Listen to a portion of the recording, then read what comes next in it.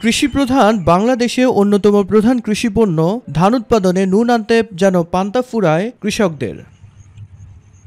এইবার মুন্সিগঞ্জের শস্য ভাণ্ডার খ্যাত আড়িয়াল বিলে বোরো ধানের বাম্পার ফলন হয়েছে। পাশাপাশি ন্যায্য দাম পাওয়ায় খুশি কৃষকরা। বৃষ্টি বাদল নাই, তারপরও খুব সুন্দর ধান হয়েছে এবার বিলের মধ্যে।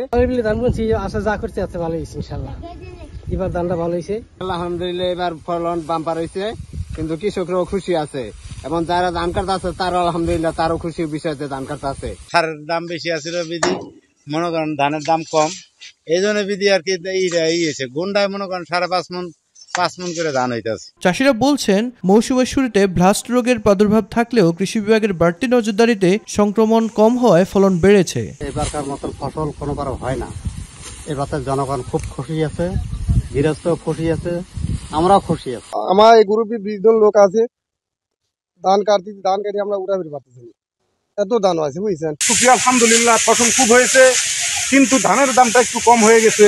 10 বছরের সবচেয়ে এবার সেরা ধান হয়েছে এই জায়গাটা। কৃষি সম্প্রসারণ অধিদপ্তর বলছে চলতি মৌসুমে 6000 হেক্টর জমিতে হেক্টর প্রতি 4.59 মেট্রিক টন বোরো ধানের ফলন হয়েছে, যা মন প্রতি বিক্রি হচ্ছে 950 থেকে 1300 টাকায়। সমস্ত ফসল বাড়ানোর জন্য কিভাবে বাড়ানো যায় এই ধারাবাহিকতায় আসলে বোরো কিন্তু গত বছর ছিল 24,380, এবার আমি করেছি হলো 24,617, মানে কিছু কিন্তু বাড়িয়েছি।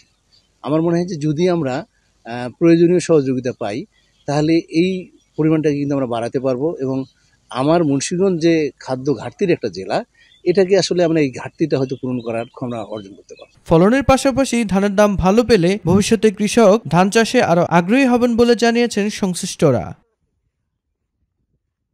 মিফতাক আলী, মাই টিভি।